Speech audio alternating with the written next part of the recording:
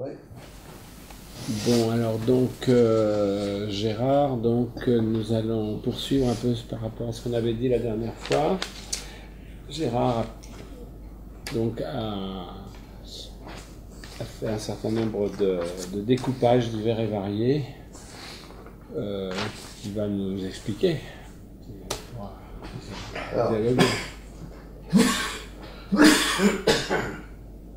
Et alors on est grippés tous les deux, donc on tousse beaucoup, donc au niveau captation c'est moyen, mais bon.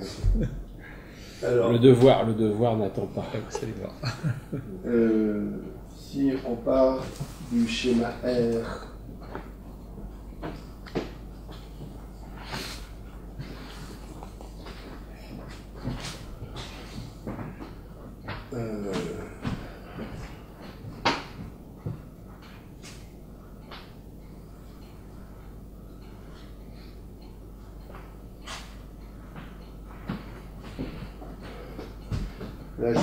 là je mets pas de lettres.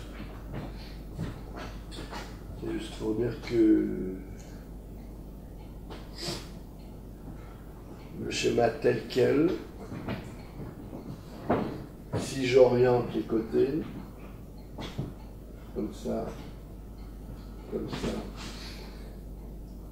et comme ça, bon, j'obtiens une sphère. Bon, alors attends, non, il faut être peut-être plus précis parce que nous ça nous paraît évident, mais si on veut un peu transmettre à des gens qui sont pas coutumiers de cela. Je vais identifier ce côté-là avec ce côté-là, je vais le coller, bord à bord, les deux là, et puis les deux là, je vais les coller comme ça. Mais peut-être une double flèche là et là pour que ce soit plus clair.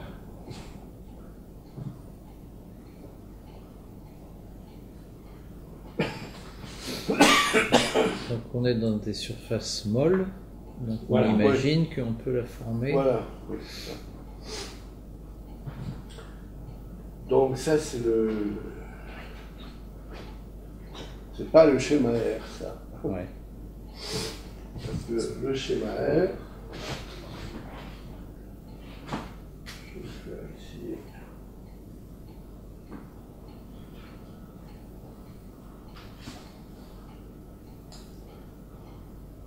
Donc il a la même forme, mais sauf que quand on lui met les lettres que l'accord inscrit, c'est-à-dire ici grand I, l'idéal du moi, et ici grand M, la mer.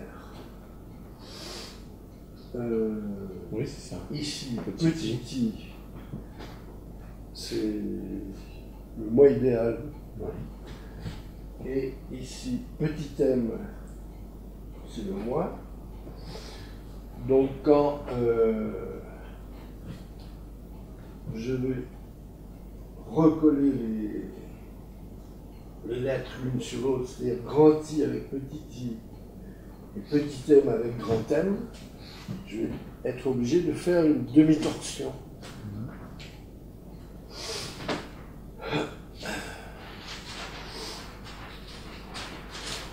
Donc, ça va être ici le bien. Et le reste, ça reste sphérique. Ça reste un plan à deux faces. Ouais. Alors qu'ici, ça va devenir une surface à une face. Parce que c'est le bien. Donc en fait, l'ensemble, c'est le plan projectif. Donc c'est ce qu'indique Lacan dans son texte. La bande de réalité, comme il l'appelle, le champ de réalité, est-ce que vous voyez ça comme venant par-dessus le triangle imaginaire, ou est-ce que ça vient séparer? Parce qu'il me semble qu'il dit quelque part que le champ de la réalité recouvre. Ouais, je me souviens pas comme ça. Ça m'a toujours posé question. Je sais pas ça, mais à mon avis, c'est plutôt un autre. C'est ici, champ de la réalité.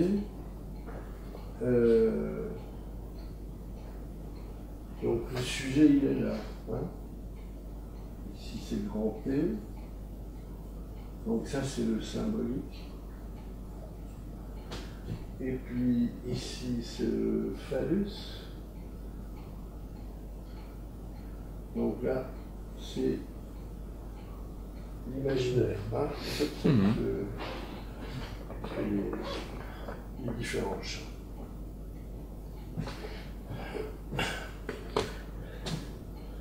Alors, il faut bien noter effectivement que lorsque on fait cette opération, si ici il y a le symbolique, sur l'autre face, on va retrouver l'imaginaire puisque ça va être en connexion avec ça. Oui, oui, oui.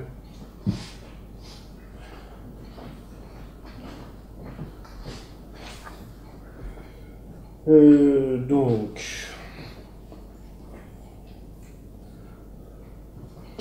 je me suis ensuite préoccupé de la bande de Möbius uniquement. Alors, voici une bande de Möbius. Avec 3 demi-torsions. C'est qu'une demi-torsion véritable. Parce que oui, là, exact, oui, elle s'annule. Hein. C'est la mise à plat qui fait qu'il. Oui, ça laisse apparaître, mais en fait, elle s'annule. Hein. On peut faire une bande de Möbius à 3 demi-torsions. Mais celle-là, c'est pas le cas. Alors.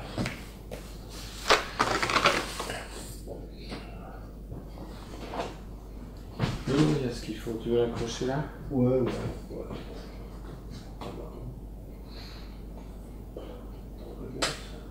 Oui.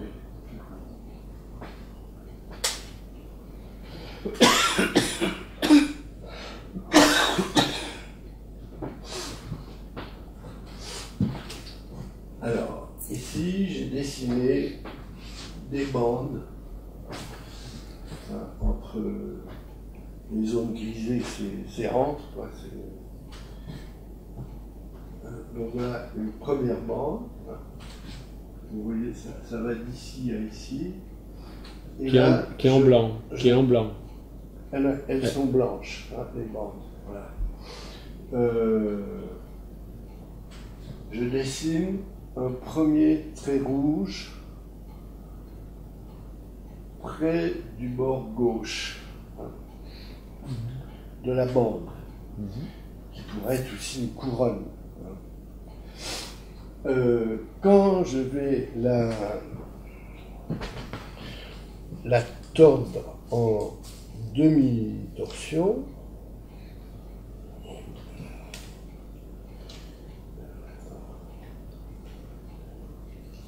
voilà,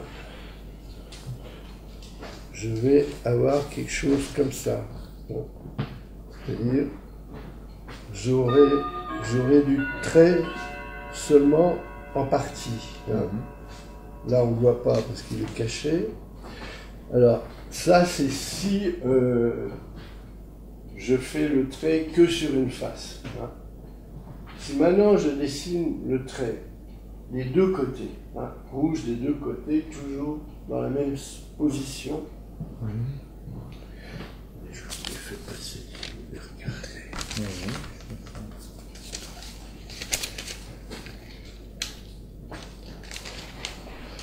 Voilà, maintenant j'ai fait le trait rouge des deux côtés, hein, et quand je recolle, voilà ce que ça va donner.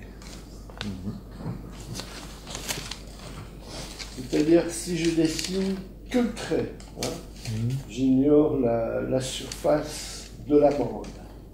Voilà ce que ça donne, le trait rouge, hein, collé des deux côtés. Vous voyez, il ne se ferme pas. Donc ce qu'il faut bien remarquer, c'est que quand d'une couronne, vous faites une bande de Möbius, sur une couronne, vous avez deux bords. Sur la bande de Möbius, vous avez un bord qui est égal aux deux autres bords. C'est-à-dire qu'il est doublement long. Hein. Puisqu'il n'y a plus qu'un bord, il fait deux fois la taille du bord simple de la bande. Ça vous va là? Ouais. Alors maintenant, je fais un travers en plus du côté du bord droit. Hein. Donc maintenant, à chaque fois, j'ai dessiné des deux côtés, hein, la même couleur, hein, au même endroit.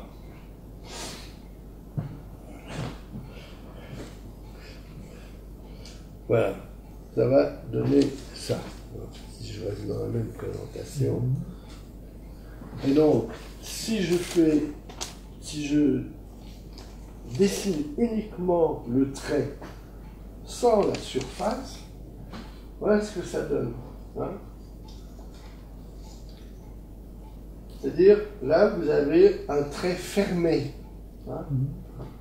Mais il a fallu deux bords, les deux bords de la bande non tordue pour arriver à faire un trait fermé. Vous comprenez? Oui. Bon. Hein, pour que ça se joigne.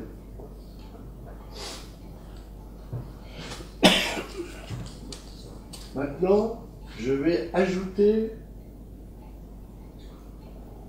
deux autres couleurs. Hein. Le bleu près du rouge, mais en dedans du rouge. Le noir près du vert, mais en dedans du vert. Hein. En vous faisant remarquer qu'aucune ligne n'occupe la ligne médiane. Hein.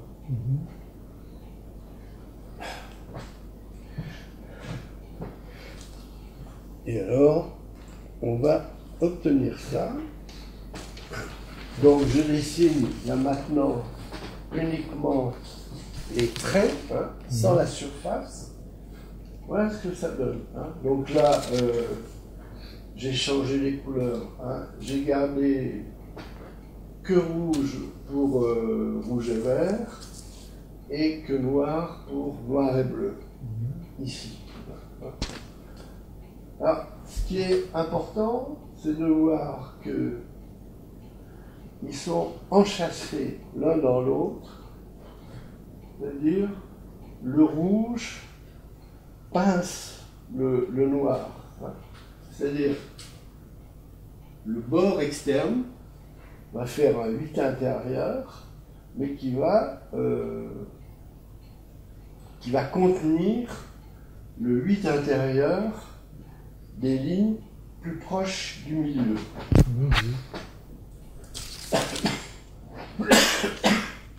Donc si on en fait une infinité, comme ça, on va avoir comme, je ne sais pas comment on appelle ça, un coffrage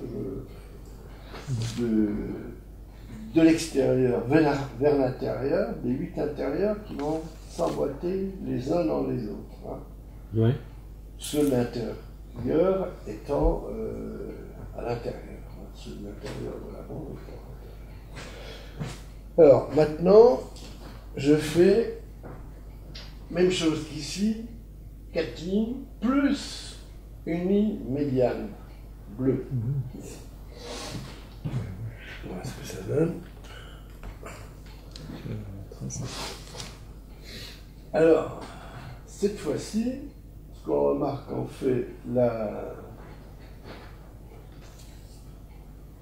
on fait la bande de Möbius, c'est que la ligne bleue, elle fait la distance, sa longueur, des moitiés des autres bords, là, comme ça. Voilà. D'accord. Elle est au milieu, c'est-à-dire, il y a une identification des deux courbes du 8 intérieur. Hein. Ça devient plus qu'un rond. Hein. Oui. Non plus un 8 intérieur. Pourquoi elle fait la moitié de la longueur?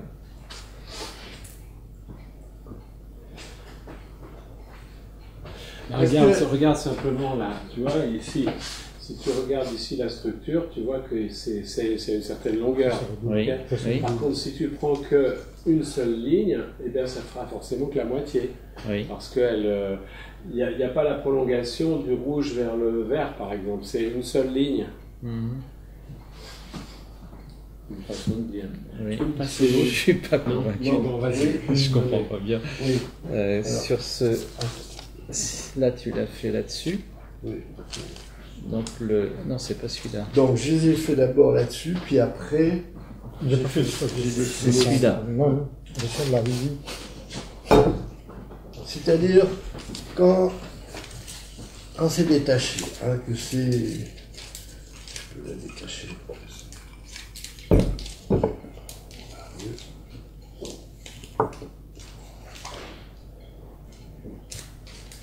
Voilà, c'est ma bande au départ. Oui. Plate, Oui, hein. oui. Donc, le rouge, ici, il apparaît 2 fois. Mhm. Il apparaît 2 fois pour se rejoindre, D'accord. hein, quand ça sera plié. Mhm. Le noir, il apparaît 2 fois, pareil, pour se rejoindre. Le bleu, lui, il n'a pas besoin. C'est ça. Il paraît qu'une fois. C'est-à-dire, là, on a besoin de 2 bords, enfin de 2 tracés intermédiaires, mais quand on est médian, on n'a plus besoin que d'un seul. Oui. Donc il fait moitié moins en D'accord. longueur. Hein. Alors, c'est ce que j'ai essayé de marquer ici. Hein. Donc, il est complètement au milieu des encastrements, des huttes intérieures, les uns par rapport aux autres.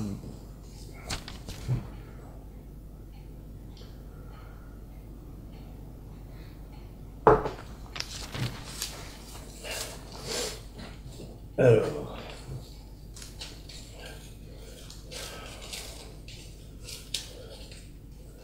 et après c'est un peu le bordel.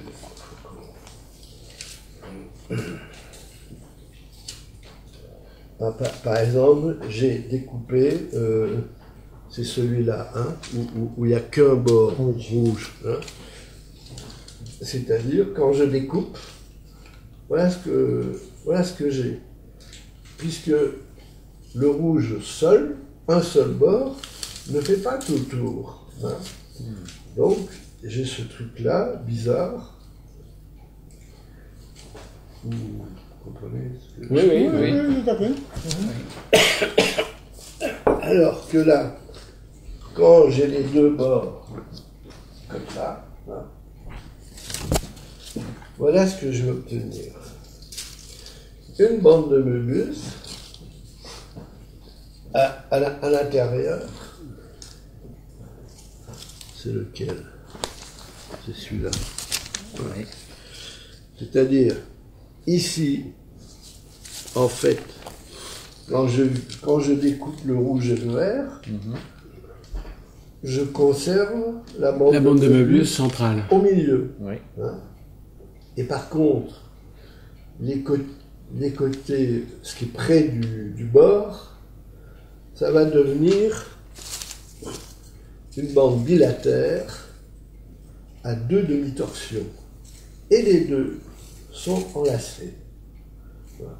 Alors, c'est là-dessus que je continue pour savoir pourquoi il y a 2 demi-torsions sur la bilatère et pourquoi c'est enlacé à la bande de Möbius. Pourquoi c'est pas indépendant, hein.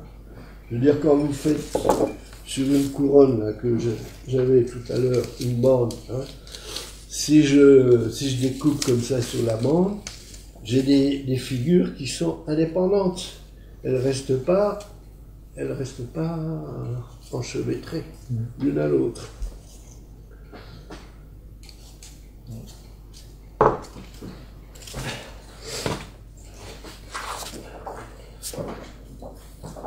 Alors, je peux détacher, quoi. Attends, j'arrive. Oui, c'est ça qu'il est écrit là.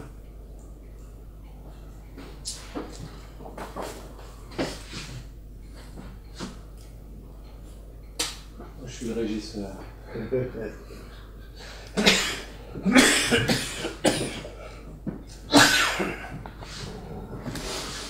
Donc, ça, c'est la bande de Möbius initiale.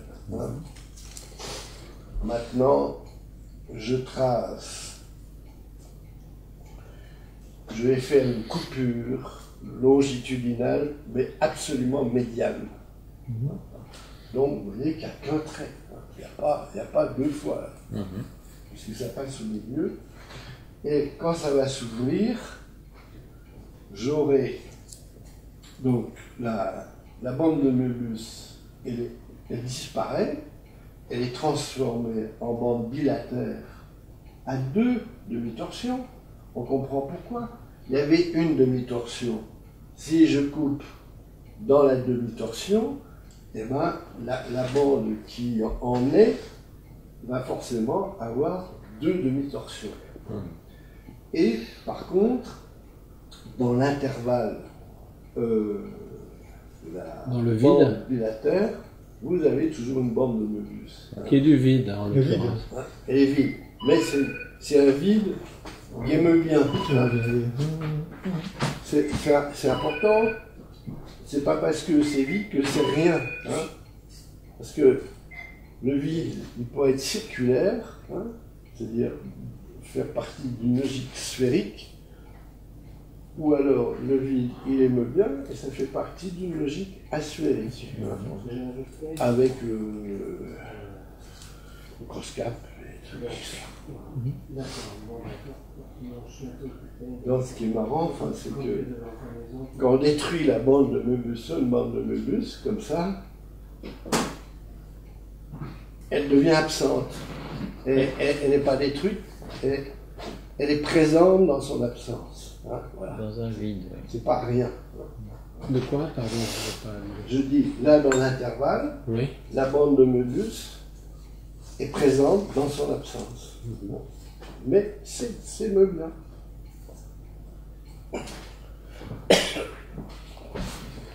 Alors, après, je continue.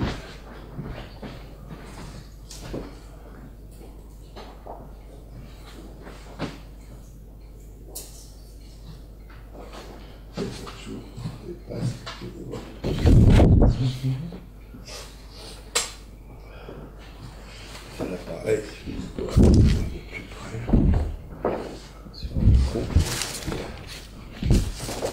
Donc, alors que tout à l'heure, j'ai fait une coupure médiane, maintenant, je fais une coupure près du bord. Et comme je fais la coupure près du bord, comme il n'y a qu'un seul bord, c'est-à-dire qu'il est tourné en 8 intérieur, et bien la coupure, c'est pareil, elle va être en 8 intérieur. Et quand on va détacher, le résultat, donc, on aura, c'est ce que j'ai montré là dans les deux trucs, l'un dans l'autre. Vous avez la petite bande bilatère avec ces 2 demi-torsions. On voit pourquoi. Quand on le dessine, on comprend pourquoi ces 2 demi-torsions, pourquoi c'est pas qu'une ou pas du tout. Et puis là, on comprend. Et au milieu, la bande de Möbius en vert. Et on comprend pourquoi elles sont enlacées. Parce que la bande bilatère, elle passe à travers la bande de Möbius. Elle est des deux côtés. Alors, il faut peut-être ajouter que lorsque, suivant le nombre de demi-torsions, on a affaire à quelque chose d'unilatère ou bilatère.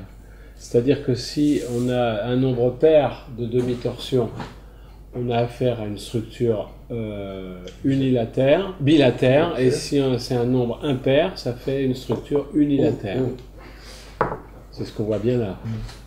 Mais pour moi, ce qui était important, c'est de comprendre, c'est une fois que j'ai dessiné, et pas seulement coupé, pourquoi ils étaient enlacés. Parce que le bilatère passe au travers de la bande de Möbius. Alors, dernier.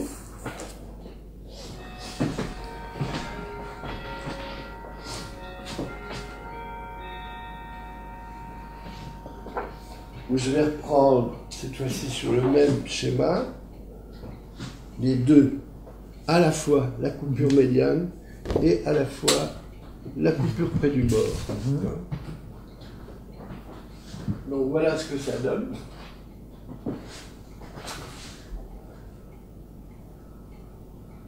Donc, la coupure médiane, hein, c'est en rouge. Hein. Donc, elle efface la bande de Möbius. Hein. Mais sauf qu'elle reste présente, la bande de Möbius, dans l'intervalle de la coupure médiane. Donc, j'étais en train de dire que,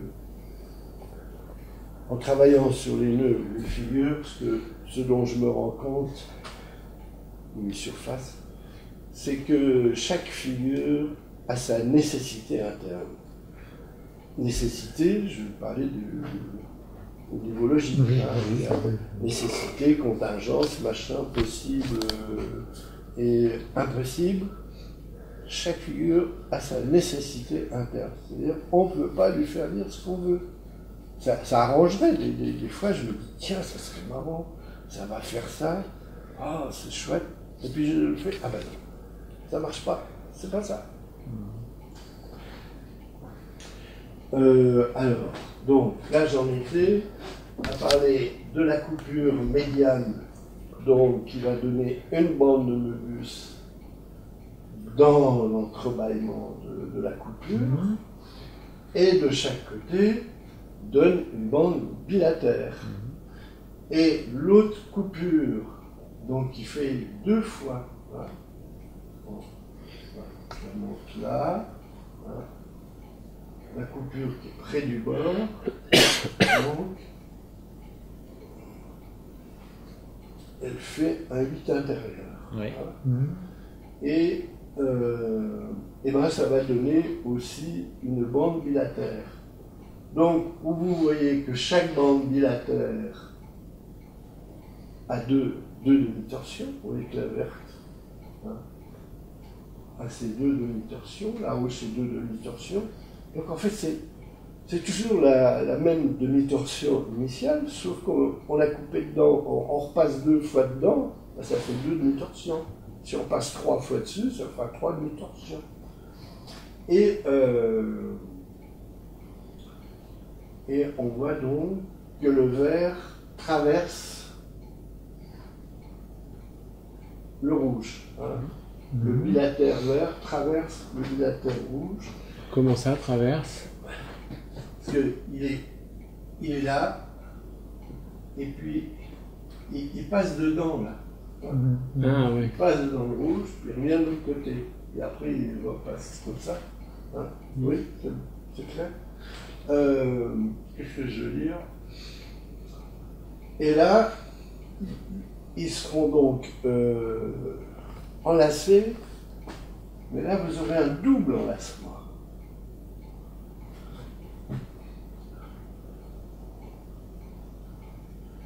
Alors, c'est pas bien comme ça. Donc j'ai fait le dessin. Là, là. Bon, bah, je le montre comme ça, c'est bon. C'est petit. Voilà, c'est le. Là, c'est le rouge, hein, ici. Et puis là, le vert. Non, voilà.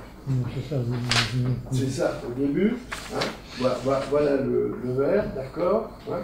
Donc là, au lieu d'avoir des surfaces, maintenant je suis passé à des fils. Hein. Ça devient du nœud, là. On n'est plus dans les surfaces. Voilà. Donc deux fils, un vert et un rouge. Là, on voit que ça, si on tourne, il disparaît, hein, le truc vert. Et donc, on voit bien que le vert, il est enlacé deux fois avec le rouge. Hein. Bon, là, je n'ai pas amené les ficelles, mais si vous avez un doute, vous le ferez avec vos ficelles et vous verrez que c'est un double enlacement. Ce n'est pas un enlacement simple. Oui, pourquoi double? Parce qu'en fait, le vert traverse le rouge. Parce que deux fois. Parce qu'il coupe deux fois, enfin il coupe. Il franchit deux T'as fois. pas de bout de ficelle? Oui, là si, je trouve que c'est bon. Parce qu'il franchit deux fois. Oui, c'est ça, c'est clair. Oui, c'est ça.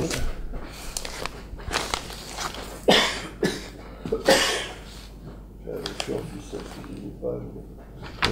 Tiens, tu veux des nouvelles, peut-être? Ben, deux. Sinon, il y a ça. Ce serait mieux. On va le faire comme ça. Donc là, le rouge. Donc là, le rouge, là, c'est en 8 intérieur.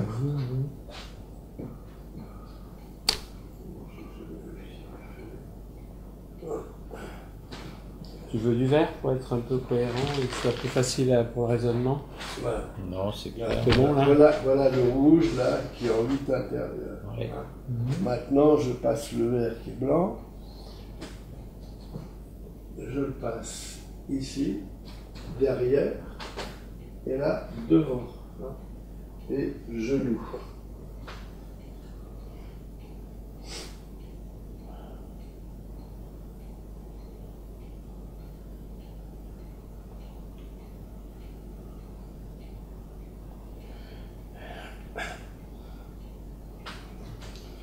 Donc, vous voyez qu'il y a... Il est deux fois relacé, pas qu'une fois. Si...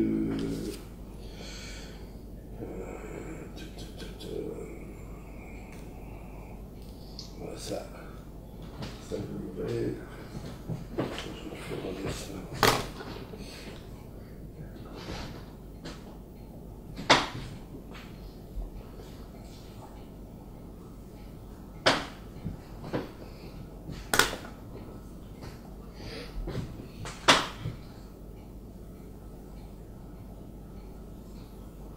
Voilà, c'est ça, les deux enlacements.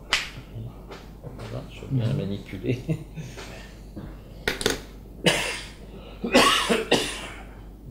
Voilà.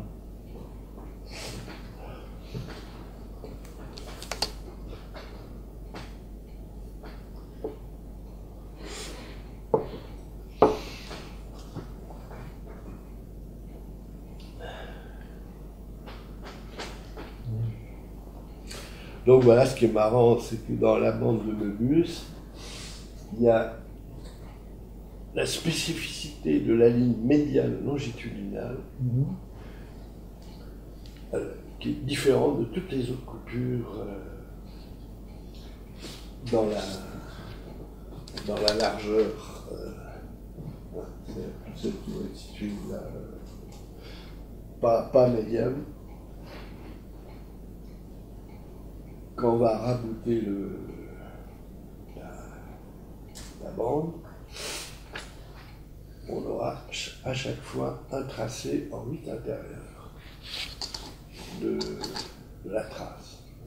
Sauf pour la médiane, c'est un cercle. Alors, Enfin, oui, c'est un cercle avec... ouais, enfin, oui, donc, je crois que c'est René qui en parle comme ça, que le cercle, son voisinage, c'est aussi bien la sphère que le cross-cap. Puisque c'est la ligne sans point qu'on appelle ça. Voilà, exactement. Voilà. Exactement.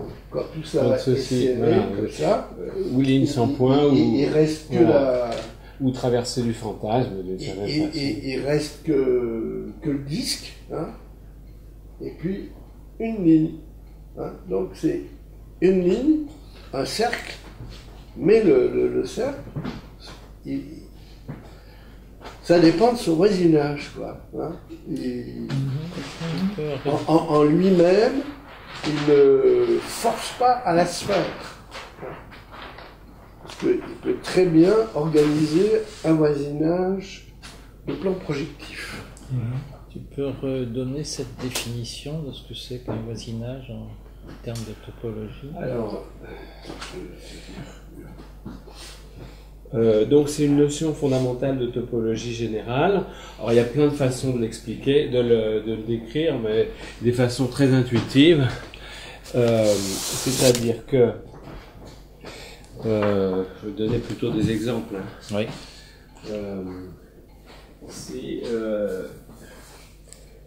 Si j'ai une bouteille, ok, elle est ouverte. Si elle est ouverte, eh bien, on peut dire que tous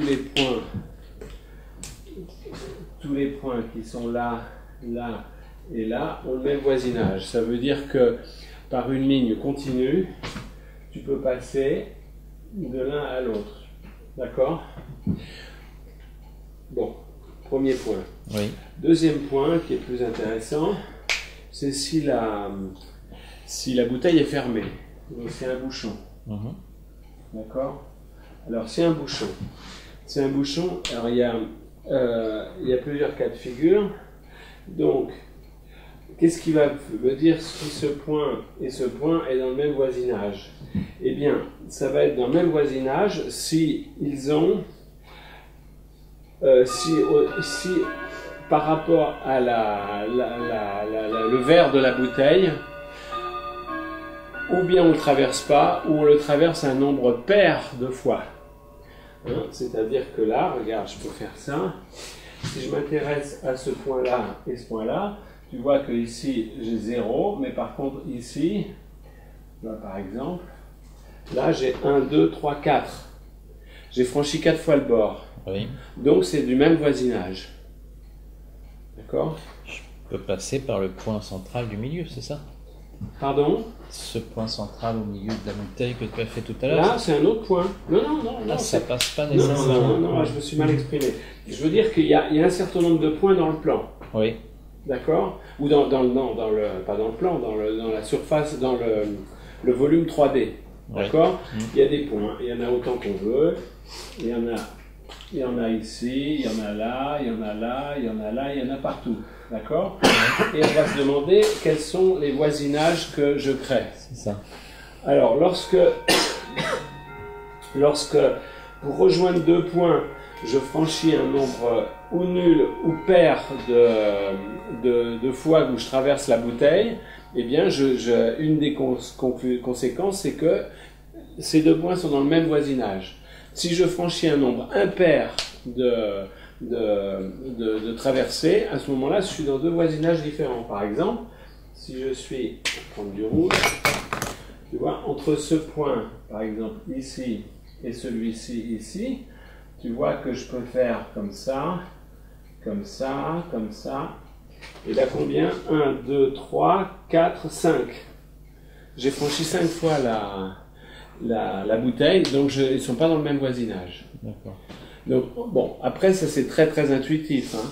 Mais en gros, ça parle de ça. Quand on parle de voisinage, on ne s'intéresse pas aux longueurs. Ça veut dire aussi les conséquences les plus importantes. C'est la base des raisonnements sur la topologie. C'est que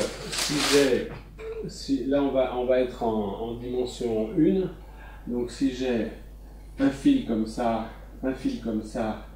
et puis un fil comme ça, ou même, ces trois fils sont identiques au niveau de la topologie, parce que tous les points à l'intérieur de ces fils sont dans le même voisinage. D'accord? Oui. Hein? Intuitivement, c'est ça que ça dit. Hein? Alors donc ce que tu disais par rapport à la sphère et du même voisinage, tu peux redire ça?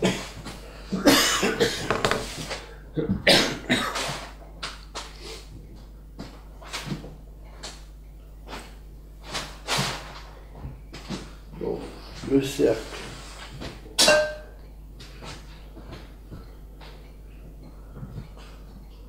Son voisinage, ça fait une sphère.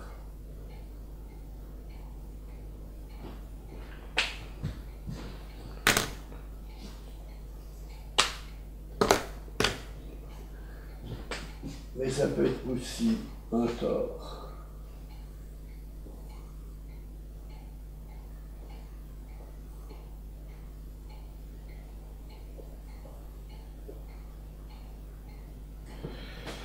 Et puis ça peut être aussi un plan projectif. Hein, quand la bande de Möbius est réduite à une ligne sans point, voilà, le voisinage, c'est le plan projectif. Alors, pour terminer sur cette histoire de voisinage, il y a des structures assez curieuses où justement, si on prend une bouteille de Klein, alors on va essayer de la redessiner. Je fais toujours un quart d'heure pour le faire. Donc ici, ça fait comme ça. Ici, ça c'est l'intérieur, donc après c'est l'extérieur comme ça.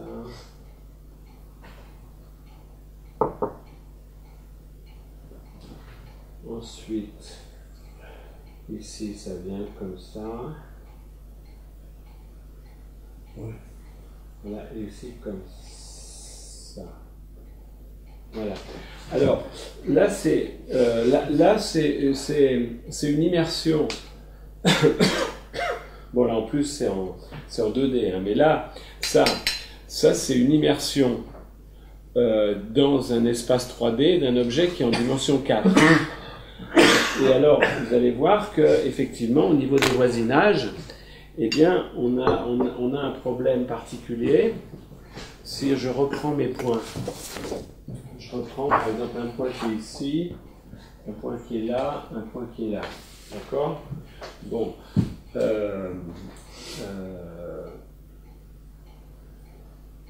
Eh bien, là, je peux m'arranger pour avoir une traversée. Regarde le truc très rigolo. Tu vois, ici, ok, j'ai une traversée. Donc, on dit c'est pas dans le même voisinage. Ouais. Yes. Mais alors, si je fais ça, j'ai 0. Donc, c'est dans le même voisinage. Donc, tu es à la fois dans le même et pas dans le même. Tu vois ? Oui. Mais Sauf que là, Enfin, il y a- là, c'est une immersion. Hein. Donc, il y a effectivement, c'est une bouteille de Klein percée. voilà. parce que là, il y a un franchissement, oui, là. Oui, mais parce que c'est une immersion. C'est une immersion, c'est la même immersion. C'est la même immersion que tu fais si tu fais ça. Si j'ai un cube en fil de fer et que je l'éclaire, d'accord, eh bien, je vais avoir l'impression qu'il y a ici des points de rencontre. Oui, oui, d'accord. Ce sont des points d'immersion, ça. C'est quand j'ai immergé mon cube en fil de fer, quand je l'ai immergé sur le tableau. Mais ça ne veut pas dire que ces points-là existent dans la réalité de l'objet. Là, c'est pareil. Là, il n'existe pas, cela. Qu'est-ce qui n'existe pas? Ce qui est Parce que ici... là, c'est fermé. Là. Ouais, Oui, c'est Dans ça. l'objet, voilà, à quelle dans l'objet il est fermé, là c'est ouvert. D'ailleurs, Ouais. on peut mettre de l'eau dedans, on voit que c'est ouvert. On ne peut pas faire autrement. En 3 dimensions, on est obligé de l'ouvrir. On est obligé de l'ouvrir ou alors de faire comme l'histoire du... En 4 dimensions, c'est fermé. Mais c'est pas que fermé. C'est une auto-traversée. Oui. Hein. Oui, on peut dire ça comme ça.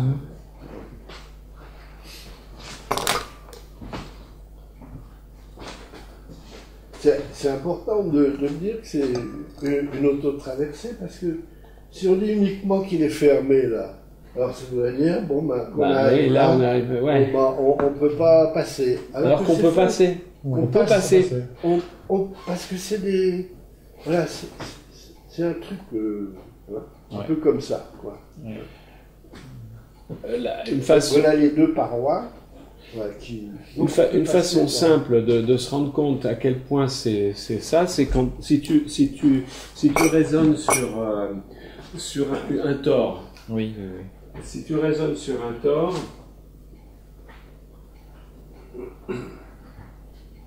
Tu le coupes, c'est ça? non. Oui, il faut qu'il soit coupé, mais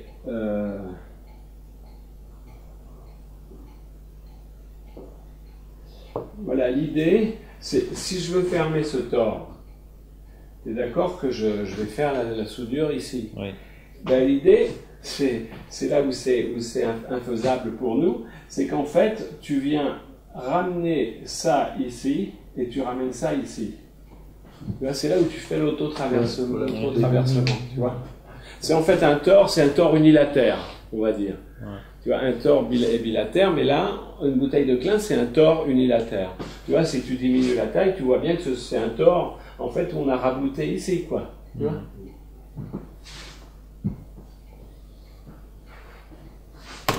C'est des choses difficiles à penser. Ah ben, on ne peut que le penser, c'est ça. C'est qu'on peut pas le représenter. Parce que, alors que pour nous, ça nous est complètement évident quand c'est une histoire de cube comme ça. Là, pour nous, c'est parce qu'on sait imaginer l'objet dans 3D. Mais en dimension 4, c'est plus délicat. Après, il y a la figure de Boyle. Ah oui, alors, non, bah, oui. 3, Oui, mais alors, bon, oui, mais moi, bon, ça intéresse beaucoup Jeanne Lafont. Moi, ça m'intéresse pas du tout parce que ce sont des présentations différentes du plan projectif. Hein, une surface de Boyle, c'est ni plus ni moins qu'un plan projectif. C'est intéressant pour le Borroméen 3. Peut-être, je sais pas. Moi, au niveau clinique, je vois pas spécialement.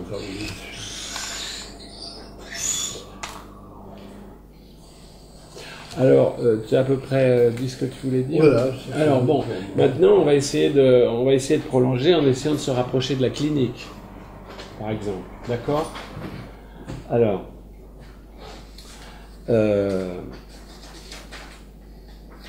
donc.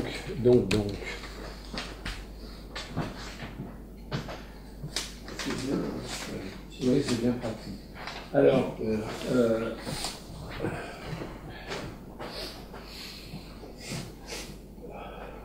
Alors, les dessins que tu avais fait avant, sont là.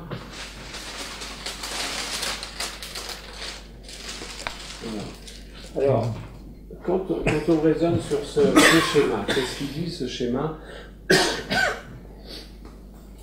Il dit qu'il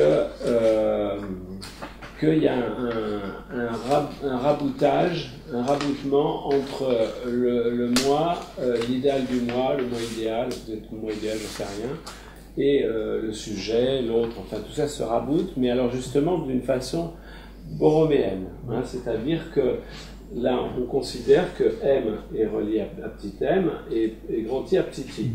Alors, pourquoi tu dis Borroméen ? Merci. Je veux dire me bien. Oui, bien sûr. Alors, après, si on veut être un peu plus royaliste, on va essayer de le dessiner vraiment. Comment se fait ce raboutement.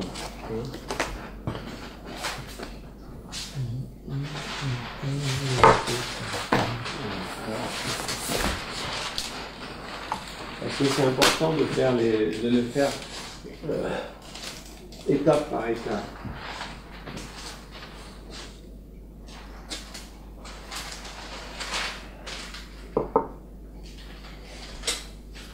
Alors, regardez, qu'est-ce qui se passe ici ? Eh bien, on est parti de ce schéma-là. L'idée, c'est de lui faire un huitième de tour. On va le déplacer, c'est-à-dire que ce qui est ici, on va le mettre au milieu, donc tout ça, ça tourne. D'accord ? C'est clair ? Oui. Une fois que c'est tourné, ça a cet aspect-là. D'accord ? Là, j'ai remis exactement les mêmes éléments que ceux qui sont là. D'accord ? Donc, on a ce passage. Maintenant, qu'est-ce qu'on va faire ? Donc là, en fait, ça se présente comme une bande, tout simplement. D'accord ? Et cette bande, eh bien, on va la nouer meubiennement. D'accord ? C'est-à-dire que là, on voit bien, quand on le présente comme ça, c'est un peu plus dur à apercevoir, mais là, on voit bien comment on fait le travail. Hein ? Puisque le verre va être en contact avec le verre, et du coup, on va avoir, en suivant ce que tu as dit, on va avoir au centre une structure unilatère, et étant donné qu'on a tourné, on va avoir cette partie-là qui va être en contact avec ce qui est derrière, ici. Clair ou pas clair ? Est-ce que ça va pas être aussi unilatère, du coup, les deux parties extérieures, là ? Si on fait une torsion, là... Là, tu as supprimé la torsion dans le verre. Là, elle n'y est pas. Mais elle va y être. Ah oui, je vois ce que tu veux dire. Oui, donc là, c'est bilatère. Là, oui, le verre. oui, oui. mais, Non, mais c'est pas une fois, oui, tu as raison. Une fois qu'on tourne, oui. Ça se déplace. Un peu. Voilà. Alors oui, effectivement, on a une structure qui est entière. Ça se présente intégralement comme une bande de Möbius. On est d'accord. C'est ça. Mais l'idée,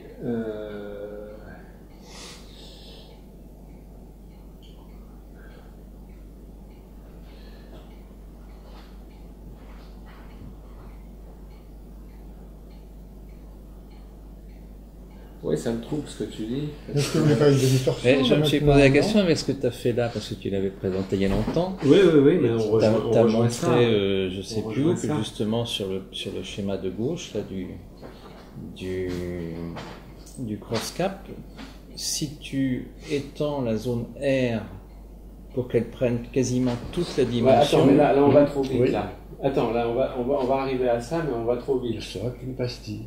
Oui, mais justement une pastille unilatère. Non, bilatère. Bilatère. Une Non, pastille justement. est toujours bilatère. Oui, Bon, bah, c'est ça qui me fait difficulté. Alors, Une pastille. Oui, dans la Quand définition. c'est plein, on fait une pièce. Quoi. Oui, c'est ça. Bilatère. C'est ça. Et dès l'instant où on est attends. passé du plan au plan projectif, la totalité a subi la torsion. J'ai pas compris. Dès l'instant où on est passé du schéma R au plan projectif, la totalité du schéma R a subi une torsion. Oui, mais le plan projectif, c'est un anneau de Möbius plus un disque. Alors c'est oui, pour ça que je donc posais la ça, on est question au d'accord, départ mais de la tel bande, qu'il elle est pose le super problème, il dit en fait que quand on prend ce cylindre, Si ça cette c'est une bande, oui. dès l'instant où on la tourne complètement, ah oui, mais l'idée c'est qu'à un moment on va essayer de supprimer le bord. On va supprimer le bord. Ah. Bon, on part de ça. On en fait une bande de Möbius. D'accord? Donc si on en fait une bande de Möbius, intégralement, elle est unilatère. C'est-à-dire qu'il y a la partie verte qui est unilatère, mais il y aurait La partie imaginaire la et partie, symbolique. qui sont en continuité. Alors, comment c'est possible ça?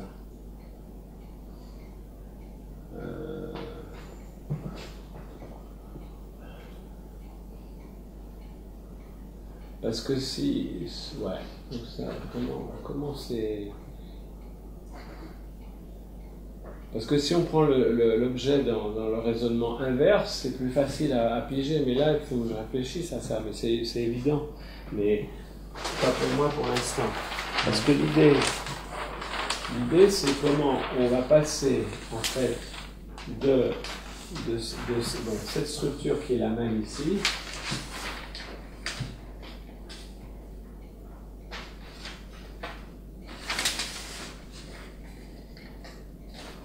parce que l'idée, ça va être de passer de cette structure à celle-ci. Hein? Alors comment...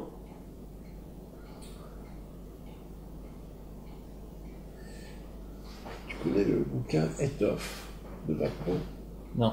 C'était vachement bien sur toutes les surfaces.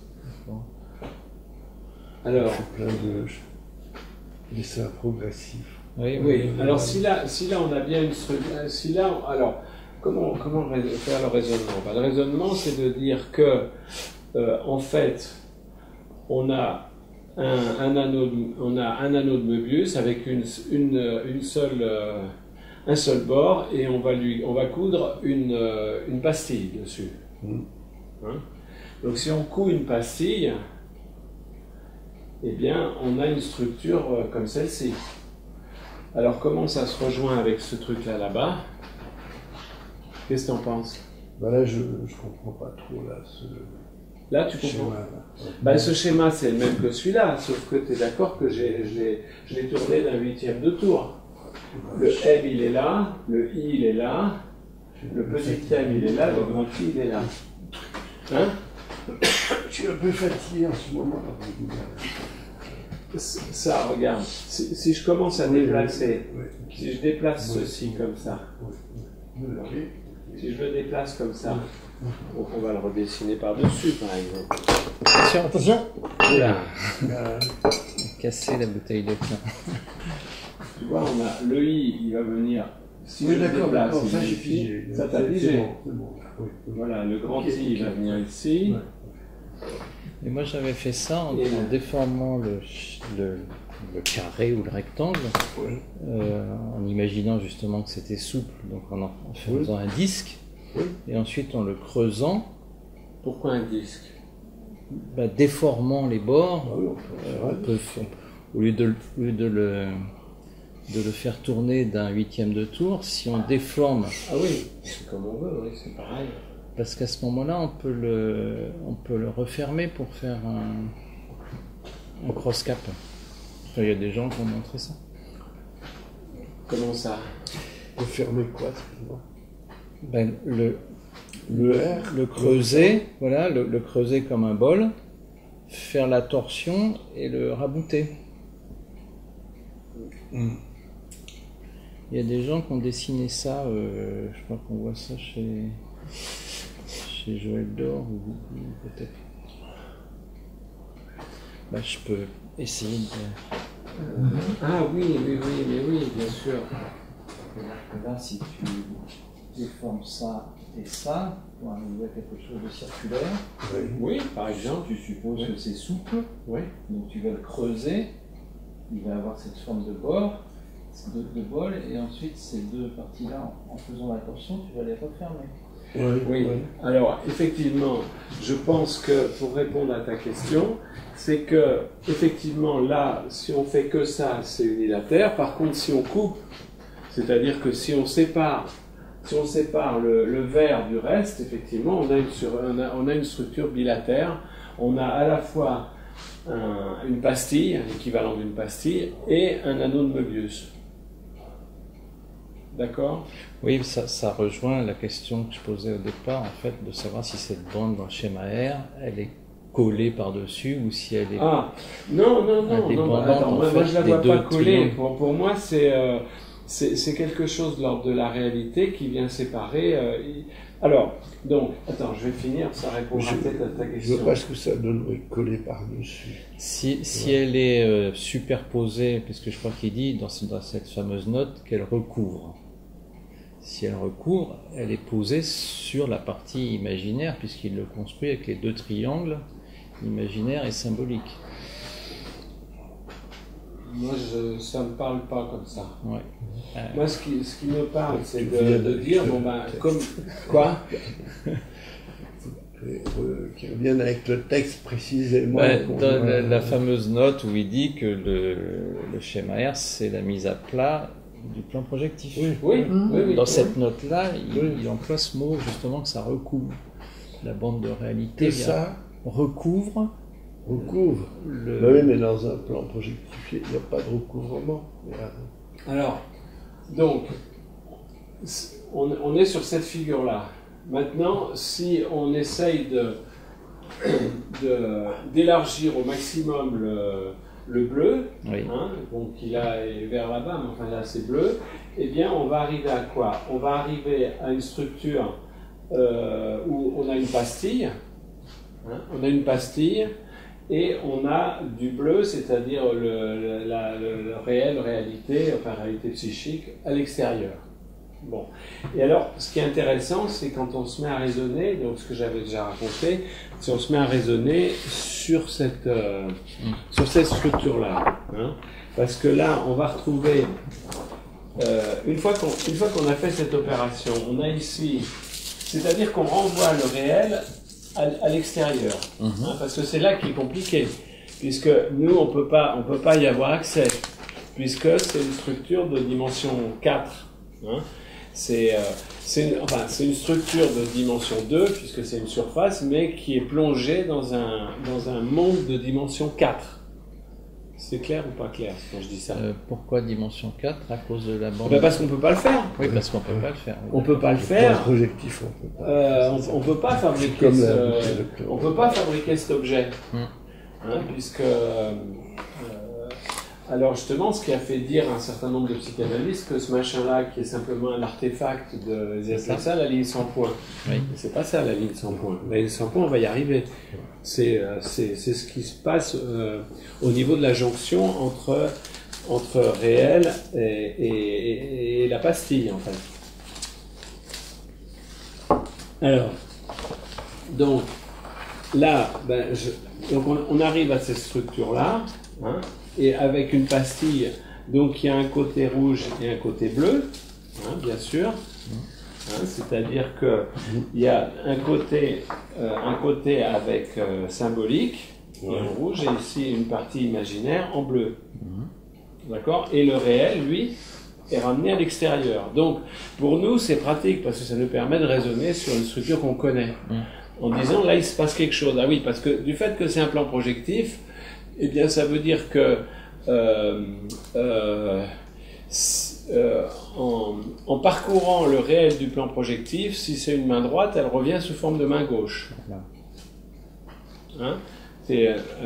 Ça se montre assez facilement, mais on va pas le faire maintenant. Donc, et là, ce qui est intéressant, là, il me semble, c'est qu'on peut raisonner sur l'ensemble des points que Lacan a figurés. Hein, c'est-à-dire que tel que moi je le comprends en tout cas. Hein. Donc, à partir d'un objet de la réalité, eh bien, avec la perception qu'on en a, hein, voilà, avec la perception qu'on en a, et qui rencontre éventuellement, au niveau perception-signe, qui rencontre éventuellement un objet du stock de notre expérience passée qui est suffisamment proche pour qu'il y ait une rencontre, un matching, on va dire. Hein, parce que oui, la question étant, évidemment, c'est ce qui est figuré ici, hein, c'est quand on reprend le schéma de Lacan et de Freud, c'est qu'on voit que les flèches, elles sont faites d'une façon qui est impossible à parcourir. Puisque là, il y a une flèche comme ça, mais l'autre, elle est dans l'autre sens. Et ici, après, on est entre perception, signe, inconscient, préconscient, conscient. D'accord? Et donc, comment c'est possible? Et alors, ce qui est intéressant, c'est justement si on raisonne comme ça, qu'est-ce qui se passe? Eh bien, on s'aperçoit qu'en fait, il y a une dimension hallucinatoire. C'est-à-dire que ce qu'on perçoit là, c'est que c'est pas l'objet de la réalité qu'on perçoit, c'est quelque chose qui est en relation avec une expérience passée, un signifiant ancien. Et c'est ce matching éventuel qui parcourt l'inconscient, n'est-ce pas, au niveau symbolique. Et là, c'est là où c'est intéressant, c'est qu'il y a un parcours vers du réel. Et le parcours du réel, avec sa particularité, c'est justement de réapparaître de l'autre côté, en bas, et inversé. D'accord? Et donc là, on est toujours dans le domaine inconscient, et ça vient rencontrer le sujet avec préconscient, conscient, et on retrouve un objet de désir en M, qui est le pendant de l'objet de la réalité qu'on avait perçu, qu'on avait perçu. C'est clair ou pas clair ce que je raconte? Oui.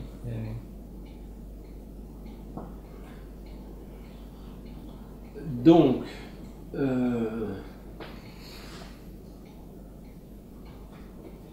voilà, mais c'est pas tout à fait suffisant.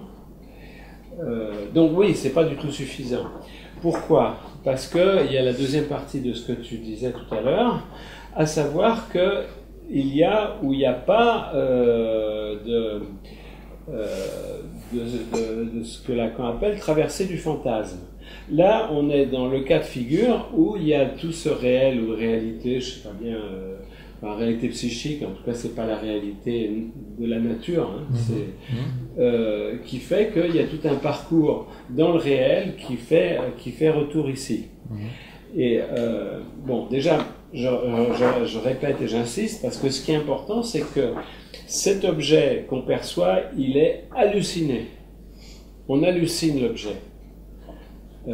C'est-à-dire que lorsqu'on dit ça c'est du papier collant scotch, je l'avais jamais vu auparavant celui-là, mais néanmoins je conclus que c'est ça. Donc il y a bien un moment où j'ai halluciné.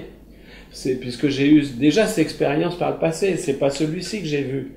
C'en est un qui était suffisamment similaire pour que je puisse faire un matching. Et là du coup, le fait que les flèches sont dans le même sens est tout à fait intéressant. Non? Là, elles sont pas dans le même sens. Ah, t'es fatigué. Quoi? Quand tu reviens au grand I, oui. Après, là, c'est dans l'autre sens. Oui, mais justement, c'est l'histoire c'est l'histoire d'une rencontre. Oui, c'est ça. Oui. C'est une rencontre de quelque chose qui est dans le stock de grand autre, dans la réserve de signifiant. Oui. Une rencontre de la réserve de signifiant avec un objet de la réalité. Et ils se rencontrent et on dit tiens oui c'est vrai que ça se ressemble. Tiens ah oui ça c'est du scotch. C'est un peu décrit dans l'esquisse. Oui, je pense. Je me souviens plus très bien là. Ça oui. A petit, A, B, A, C, enfin qu'il y a des trucs communs. Oui, non, mais c'est hyper intelligent. Ça, le PPS, tout ça, c'est pas dans l'esquisse? Ça, non, c'était ça là-haut, c'est plutôt dans la lettre Aflis, je crois. Ah, comme ça. La lettre 52. La lettre 52. La lettre 52 Aflis. Donc, que je termine là-dessus. Donc, alors, après, qu'est-ce qui se passe lorsque ce réel est réduit à la plus simple expression? C'est-à-dire que lorsque, par exemple, dans une séance d'analyse, on dit « c'est bien ça, ce que j'ai dit, là, c'était pas une connerie ». Ce qui est rare, parce qu'on dit surtout des conneries en analyse. Et donc là, on peut dire qu'il y a quelque chose qui s'est traversé. Et ça nous ramène à ce que tu décrivais tout à l'heure, à savoir que là, dans ce cas-là, on est dans le cas où, effectivement, cette ligne, elle se réduit à sa plus simple expression. Les deux bandes noires deviennent une seule bande verte au milieu. D'où le nom de ligne sans point, parce qu'elle a plus de points. On peut dire que les points, ils sont là, et puis c'est en fait une bande. C'est une bande, donc il y a des points, mais à un moment, il n'y a plus de points. C'est la traversée, quelque chose qui se traverse. Et où le raisonnement, il se fait. C'est-à-dire qu'on est dans... Alors, moi, et la pastille, donc, on dit ça, le point hors ligne. Voilà, c'est ça. Donc, parce qu'il y a la ligne sans point, plus le point hors ligne. C'est-à-dire bande de bus plus disque. Oui. Là, on parle du fantasme, là, au niveau. Voilà. Alors, sur ton... Voilà, c'est ce qu'on trouve, comment effectivement. tu le places?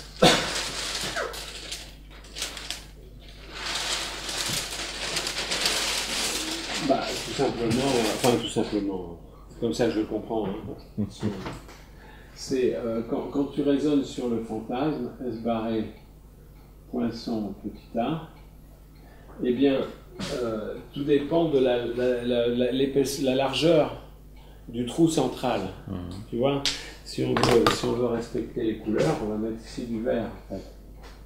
Tu vois, ce poinçon, à mon avis, figure la dimension du réel. Et lorsqu'il se ferme, c'est-à-dire s'il est comme ça et qu'il se ferme, eh bien, il y a une traversée qui se fait. On est dans ce cas de figure où on a l'impression effectivement que notre fantasme a réussi.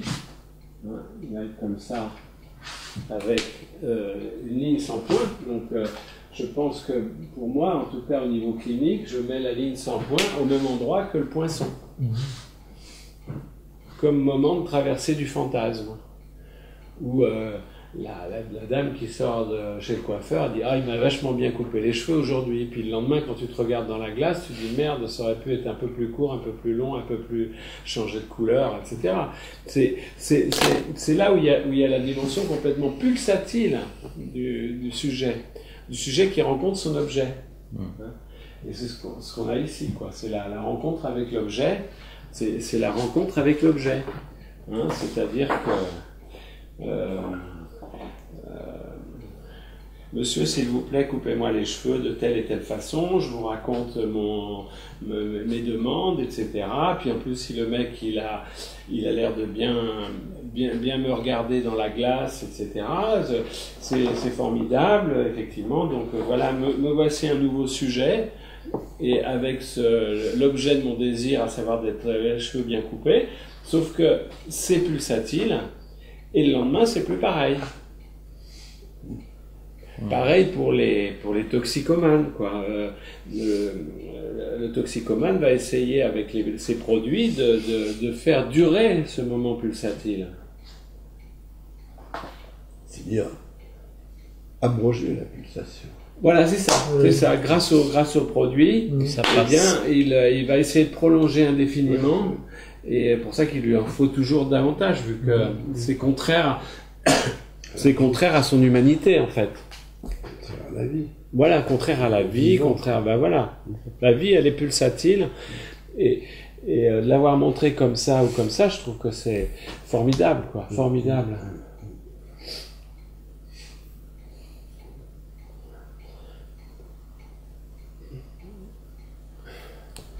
Voilà.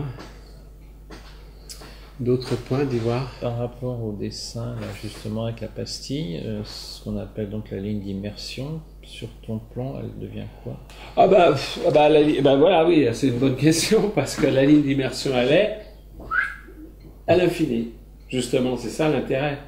C'est que au lieu de passer son temps à raisonner sur un truc qui est très très ennuyeux, parce que c'est de la même façon, tu peux passer beaucoup de temps à raisonner sur ce cercle-là. Hein, parce que là aussi c'est une ligne d'immersion. Alors pour qu'on puisse le remplir d'eau, ils ont enlevé le verre. Hein. Mais justement, c'est ça qui est vraiment, je trouve, très pratique dans ce raisonnement, c'est que tu renvoies ça à l'infini. Tu le renvoies loin. Parce qu'on s'en fout. Parce qu'on n'a pas... On dit, bah oui, mais le réel, il a une structure borroméenne. Il a une structure mobienne, le réel. Et du coup, est-ce que ça pourrait pas représenter la partie du collage de la bande? Le collage de la bande, il existe. Non, quand la bande elle est recollée ensemble. Parce que là, c'est un anneau de Moebius dans lequel tu essaies d'insérer un disque. Le disque, il est là, et puisqu'il est rouge et vert. Enfin, merde, les couleurs ont changé, mais ça fait rien. Je suis pas sûr que je comprenne la question, parce qu'ici, le rouge et le vert, on est bien d'accord que c'est pour ça que c'est pas commode de raisonner sur cette figure, parce que on est obligé, comme tu disais pour la bouteille de Klein, on est sans arrêt obligé de raisonner, on peut pas se le représenter. Simplement ici, lorsque ça passe à travers cette ligne d'immersion, on a du rouge qui est derrière le vert. Oui. Tu vois, donc on est très emmerdé avec ça. On a du rouge qui est derrière le vert. Et ici, inversement, il y a du vert qui est derrière le rouge. De l'autre côté, à l'intérieur. À l'intérieur. À l'intérieur. À l'intérieur, alors qu'il n'y a pas d'intérieur. C'est ça qui est amusant. Oui, c'est parce que tu n'as pas d'intérieur. Puisque c'est effectivement une pastille qui... D'ailleurs, ça rejoint ta question de tout à l'heure. C'est en fait, si tu prends l'ensemble, c'est un plan projectif. Donc, il n'y a qu'une face. Donc, ça rejoint, voilà, j'ai quand même l'explication de ta question de tout à l'heure. Effectivement, il n'y a que, si tu le prends en entier, il n'y a qu'une face. Puisque, on le voit bien, hein, on le voit très bien, puisque là, là, j'arrive au niveau voisinage. Hein. Si je suis ici, eh bien, je parcours la surface rouge, j'arrive dans la surface verte, j'arrive ici et je reviens dans la surface bleue. Donc, tu vois bien qu'il n'y a effectivement qu'une face. Oui. Mais nous, ce qui nous intéresse, c'est pas qu'il n'y ait qu'une face, c'est qu'il y a... Ça nous sert de dire que c'est un anneau de Möbius qui est serti sur un disque, sur une pastille. Et donc, quand tu raisonnes sur cette surface-là, tu n'as plus de problème. Puisque tu as tout le long... Vas-y. J'ai l'impression que ça... je sais pas comment dire. Voilà, donc là, il y a qu'une face. Hein. Par la coupure, il y a deux faces. Oui.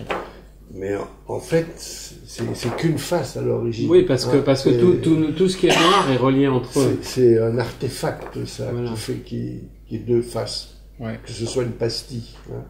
C'est équivalent à une pastille, ça. Mais en fait, sans l'artefact, c'est le bien. Hein. Il n'y a qu'une face.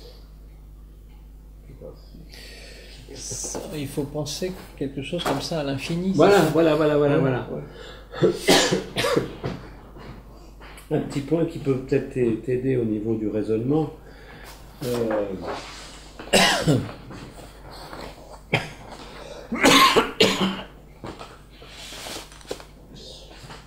Je suis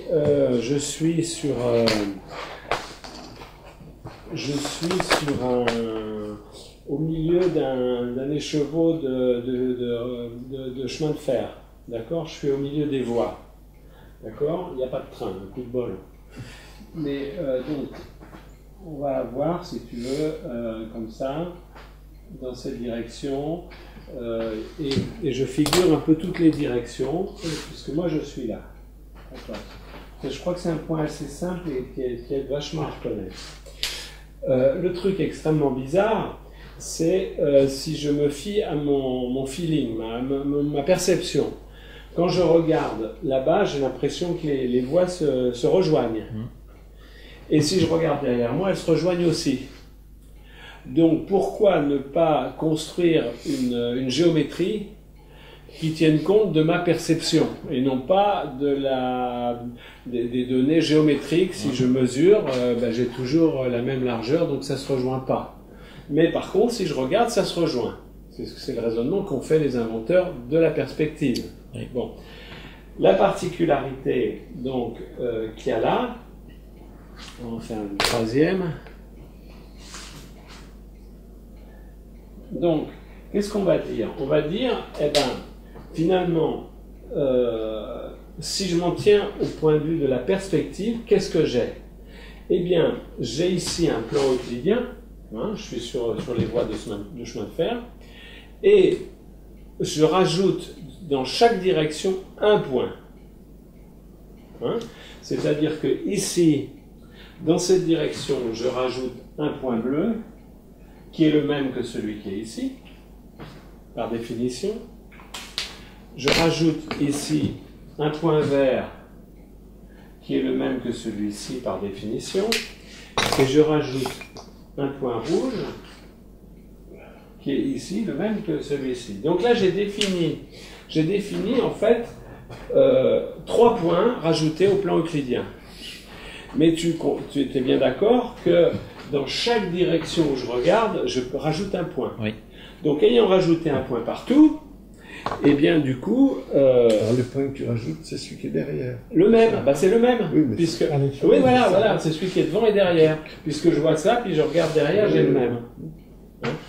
Donc, résultat des courses. J'ai fait quoi? C'est comme si j'avais ici, dans chaque direction, comme si j'avais rajouté en fait une espèce de ligne supplémentaire à chaque direction. D'accord? Tu me suis? Oui, oui. Eh bien, cette ligne, on l'appelle ligne projective. Voilà. Alors d'abord, ça, on appelle ça un point projectif. Hein. Le point rajouté au plan euclidien, c'est un point projectif. Et quand je les mets tous ensemble, j'ai fait ce qu'on appelle une ligne projective. Et donc, le plan projectif, c'est ça. Le plan projectif, c'est tout simplement le plan euclidien. Je crois qu'on va l'appeler, en l'occurrence, on va l'appeler R2, d'accord? C'est le plan plus une droite projective. D'accord? Donc ça, c'est la définition du plan projectif. Le plan projectif, c'est un plan, le plan auquel on est accoutumé, plus une ligne. Et là, c'est exactement ça qu'on fait. Donc là, si on a affaire à un plan projectif, eh ben, on est dans ce cas de figure. C'est-à-dire que là, nous, on circule ici, et on a renvoyé au loin cette espèce de droite projective. Que de fait, on a mis ici. Elle est ici, la droite projective. Elle est ici. Le point projectif, c'est le point de la ligne de fuite en perspective. Voilà, exactement, exactement. Alors après, tu as ça c'est en deux dimensions, c'est plan projectif. Après, c'est l'espace projectif en 3 dimensions, et puis après, tu peux le mettre en n dimensions. Hein. Ce qu'utilisent les peintres, c'est un espace projectif de dimension 3. Donc, tu vois, de raisonner comme ça, bon là je pense que ça peut être assez clair, je pense, hein, quand tu raisonnes sur le plan euclidien, qu'est-ce que tu rajoutes au plan euclidien? Là, tu lui rajoutes une droite. Enfin, ça s'appelle une droite, hein, c'est pas parce qu'elle est courbe, mais comme on est en topologie, droite ou courbe, c'est pareil. Hein. Donc on rajoute une droite projective de façon à compléter, on complète le plan euclidien ou l'espace euclidien par là en l'occurrence par une droite projective. Voilà, donc ça c'est. Par contre, il y a une dimension que nous on connaît mieux, hein, qui est ce qu'on appelle la sphère de Riemann. Bon, pour bien comprendre, quand on est dans le plan euclidien, on dit les droites parallèles ne se rejoignent jamais. D'accord, c'est simple. D'accord. Mais si là on dit chaque dimension se complète par un point dans chaque direction. Donc on a complété par un point dans chaque direction. On a créé une droite projective. Maintenant, autre cas de figure, on va dire, mais qu'est-ce qui se passe si sur R2, je rajoute, regardez comme c'est rigolo, si je rajoute R2, si j'ai mon espace R2, plus un point, qu'est-ce que c'est? Alors ça peut paraître bizarre comme ça, mais si vous raisonnez sur la Terre, où que l'on soit, si je prends n'importe quelle direction, elles convergent toutes vers un point. Hein, t'es d'accord? Oui. Le point antipodal. Donc ça, c'est ce qu'on appelle la sphère de Riemann. C'est une sphère, donc c'est-à-dire que c'est R2, c'est pareil, hein, mais plus un point. Tandis que là, c'est R2 plus une droite.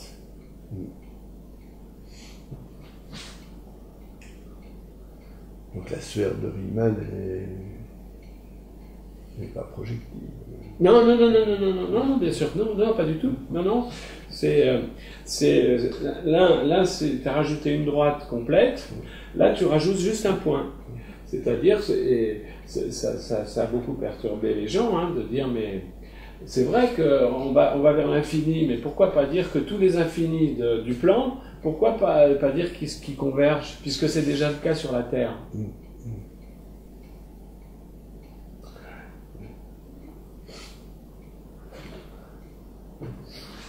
Voilà. C'est clair, c'est bon? Oui. Peu à peu. Moi, je suis un peu comme toi. Vous avez un langage particulier aussi, tu vois, des mots, des concepts, etc. C'est que des fois, je partage un petit peu moins le pigé, tu vois. Mais Quoi, là, hein, Quoi, par exemple? matching. Ah, pardon. Oh, bah, je sais pas comment le dire en français. C'est une rencontre, quoi. Ouais, Je vais dire, ça ressemble à ce que j'ai déjà connu. C'est, ah oui, c'est ça. je sais pas comment on dirait en matching en français. Comment on peut dire Il y a ça sur les sites de rencontres, là, Tinder. Match, c'est quand on se rencontre. Bah oui, c'est quand on rencontre, c'est une rencontre une rencontre positive, quoi. C'est quelque chose qui ressemble, quoi. Oui, d'accord. C'est ça pour le template de René Lève. Oh, je sais pas, moi, Je Un connais guide qui fait pas. l'événement. Je connais pas. J'en parle dernièrement. Ouais, ouais. T'as vu les dessins qu'il a fait sur les templates? Non, je sais pas, j'ai entendu. Non. Il m'a envoyé un truc, mais j'ai pas eu le temps d'aller voir. Les templates, c'est un truc apparemment qui est développé par des topologues c'est dans différents coins du monde. Une équipe en Russie. c'est quoi, c'est un prototype ou c'est quoi, non? Ben ça, je sais pas encore. Je sais pas ce que c'est. Bon, en général, en informatique, un template, ça va être plutôt une espèce de prototype que tu vas réutiliser en faisant des modifications mineures dessus, quoi. Mhm. Tu vois, c'est une espèce de mise en page, par exemple. Ouais. Une mise en page, par exemple, tu vas écrire toutes tes lettres avec l'adresse en haut, le cher monsieur, etc. Ça te fait, tu peux partir d'un template qui te permet de pas tout à réécrire, quoi. Ouais. C'est un modèle. D'accord. Un modèle. En informatique, D'accord. c'est un modèle, un template. Ah oui, donc ça existe déjà dans Ah, le le terme, langage. bien sûr, oui, bien sûr, ouais. Oui, un template, c'est un modèle. C'est un truc qu'on va réutiliser tout le temps parce qu'on ne veut pas tout réécrire pour simplifier la vie. Ouais. Maintenant, je sais pas dans quel sens René Lève l'emploie. Hein. Non, mais apparemment, c'est des mathématiciens dans différents points du monde qui avancent là-dessus, quoi. Ouais, moi Bon, c'est sûr qu'il y a des notions très intéressantes au niveau de... j'appelle ça plutôt prototype. C'est-à-dire que un prototype d'humain, c'est quelqu'un qui est de l'espèce Homo sapiens, qui a 2 bras, 2 jambes, une tête, etc. Donc c'est ça le prototype. Maintenant, si on lui coupe une jambe, eh ben, il va pas cesser d'être un humain pour autant. Et donc il va dévier par rapport au prototype. Mais il reste quand même humain. Donc au niveau du template, il est décalé par rapport au template habituel, mais il garde sa caractéristique d'être un Homo sapiens quand même.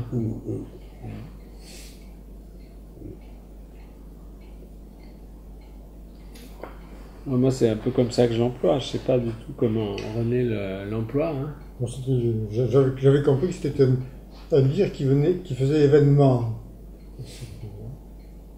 qui créait quelque chose que peut-être un prototype aussi, tu vois, à partir d'un dire. C'est les Strasbourgeois qui ont introduit ça. Ah oui. Mac et Roth. Et Roth. Non, mais il faudrait voir ce qu'ils disent, leur demander. Ouais, je sais pas. Bon. On en reste là, les gars? Ouais. Bon. On remet ça. Mais il y a longtemps que vous travaillez ensemble, tous les trois, non? Parce que Moi, ça fait longtemps que je viens, effectivement. Ça fait un ça moment, m'éclaire. Ça m'éclaire. C'est un schéma particulier, alors que moi je suis là, bon, moi j'ai travaillé en anthropologie avec Jeanne, etc., avec Pierre Ronan à l'époque. Bon, maintenant je ne travaille plus tellement, je m'amuse un petit peu. Mais alors là, il faut que je me... Mais il y a des choses qui te paraissent compliquées à comprendre, là, c'est quoi, par exemple? Non, mais vous jouez, tu comprends. Quand tu retournes, par exemple, le schéma R, tu vois, etc. Là, bon, je le vois plat, hein, je vois même qu'il n'y a plus de meubier là-dedans, c'est une platitude, c'est comment dirais-je, un anneau ordinaire. Non, bah non, parce que tu l'inverses. Oui, tu l'inverses. Tu fais une demi-torsion. Tu fais une demi-torsion, Oui. donc c'est un anneau de Möbius. Il faut que je remette ça dans le... Ça, il faut imaginer que cette présentation-là est un peu fautive, c'est-à-dire qu'il faut l'allonger autant que tu veux. Ouais. Tu la mets grande et puis tu fais un demi-tour, puis tu l'attaches. Oui, d'accord. Et effectivement, ça répond à ta question de tout à l'heure. C'est vrai qu'une fois que c'est fabriqué, ça, c'est un plan projectile, donc il est unilatère.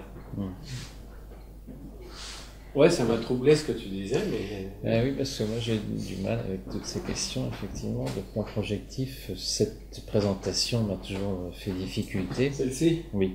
Bah oui. Bah oui. Mais je pense que Lacan, il s'est focalisé là-dessus parce qu'il n'a pas pensé à ça, tout simplement. Je suis sûr qu'il aurait pensé à ça, je veux dire, c'est tellement plus simple. Tellement plus simple. Parce que là, tu n'as plus à raisonner, quoi. C'est-à-dire que là, tu es au cœur de ça. Oui. Tu raisonnes que tu es au milieu des rails. Donc le réel qui est au loin, d'ailleurs c'est ce qui se passe. Si tu avances sur les rails, le point de fuite il fuit avec toi. Et puis celui de derrière aussi, il se rapproche de toi, mais on est bien dans ce cas de figure.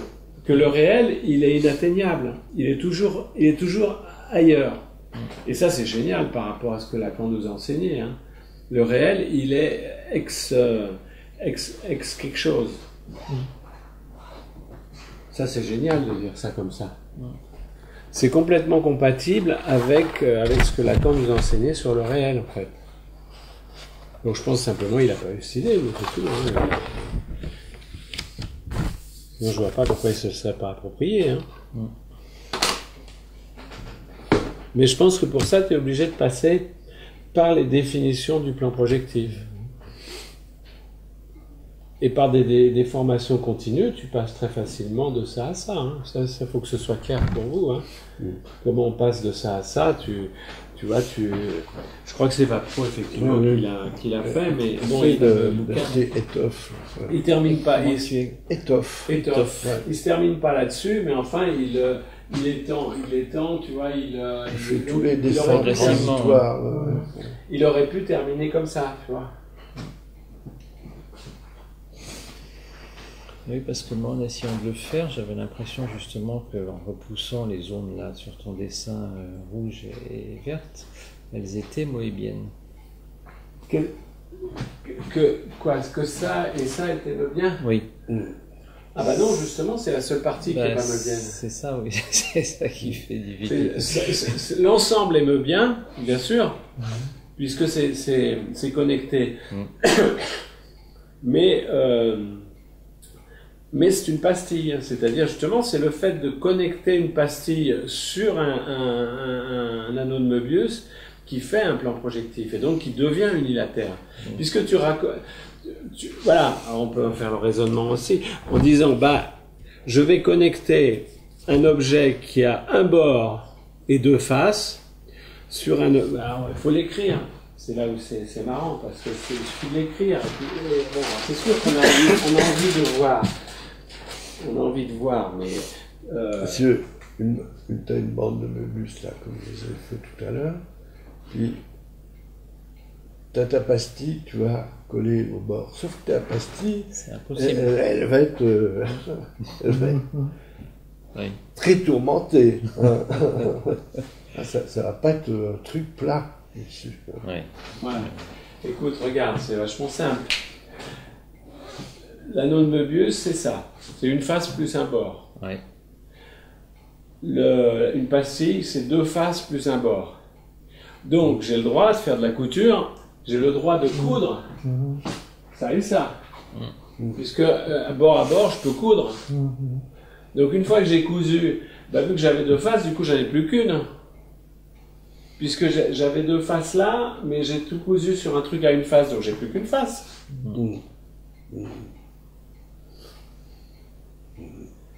Mais ce qui est difficile, c'est qu'il faut croire à son raisonnement, quoi. C'est ça, oui.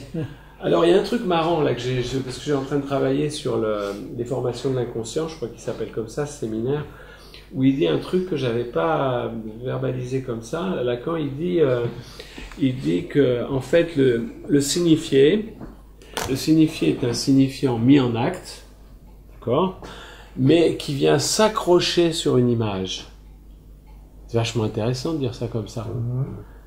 Le signifié, on le perçoit comme une image, mais c'est un symbole qui a grappillé, qui s'est accolé à une image. Et nous, après, je pense d'ailleurs que ça vient de là, le fait que les gens, quand ils parlent de métaphore, ils disent c'est une image. Tu vois. Quand tu as une métaphore, la plupart des gens disent ah bah oui, ça c'est une image. Non, c'est pas une image, c'est une métaphore. Une métaphore, c'est symbolique. Mais ça se raccroche à une image. Tu vois, c'est vraiment du signifié. C'est marrant de dire ça comme ça. Bon, allez.